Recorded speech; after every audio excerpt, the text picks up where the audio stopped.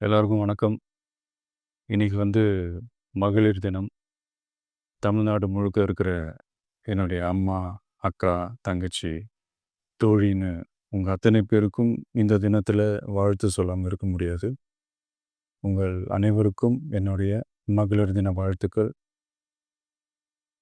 சந்தோஷம் தானே! பாதுகாப்பா இருந்தா தானே சந்தோஷத்த உணர முடியும். அப்படி எந்த பாதுகாப்பும் இல்லாதப்போ, இன்செக்யூரிட்டியா இருக்கிறப்போ, எந்த சந்தோஷமும் இருக்காது தானே! அப்படின்னு நீங்க நினைக்கிறது எனக்கு புரியுது. என்ன செய்ய? நீங்க, நாம எல்லாருமா சேர்ந்து தான் இந்த திமுக கவர்மெண்ட்டை தேர்ந்தெடுத்தோம்.